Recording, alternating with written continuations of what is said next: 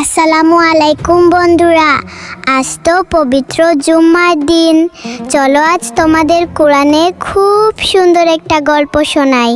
জানো, আমাদের প্রিয় নবী হজরত সুলাইমান আলাইহিসসালাম পশু পাখিদের ভাষাও বুঝতে পারতেন।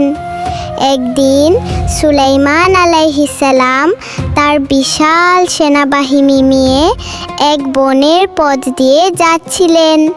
তার সাথে ছিল জিন, মানুষ আর হাজার হাজার পশু পাখি।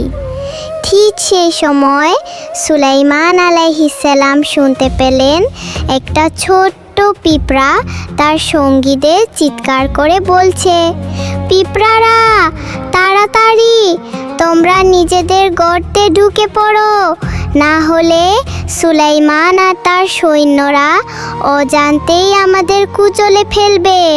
সুলাইমান আলাইহিসসালাম পিঁপড়াটির কথা শুনে হো হো করে হেসে দিলেন। তিনি খুশি হলেন যে ছোট্ট ওই প্রাণীটিও কত সচেতন।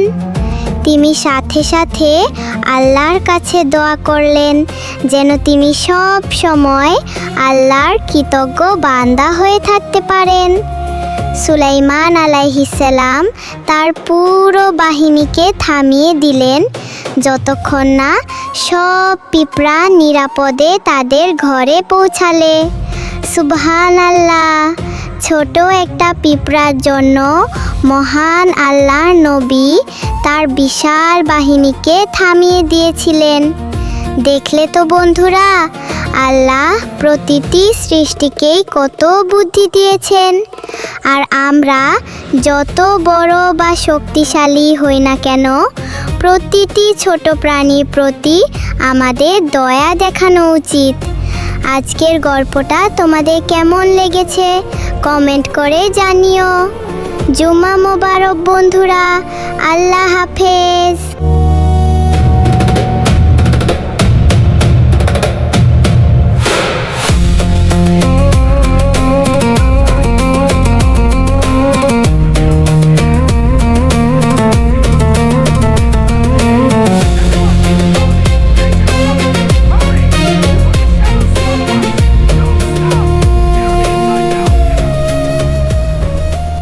বন্ধুরা, ভিডিওটা যদি ভালো লাগে তাহলে লাইক দাও, শেয়ার করো আর সাবস্ক্রাইব করে আমাদের সাথে থেকো। দেখা হচ্ছে পরের ভিডিওতে ইনশাআল্লাহ।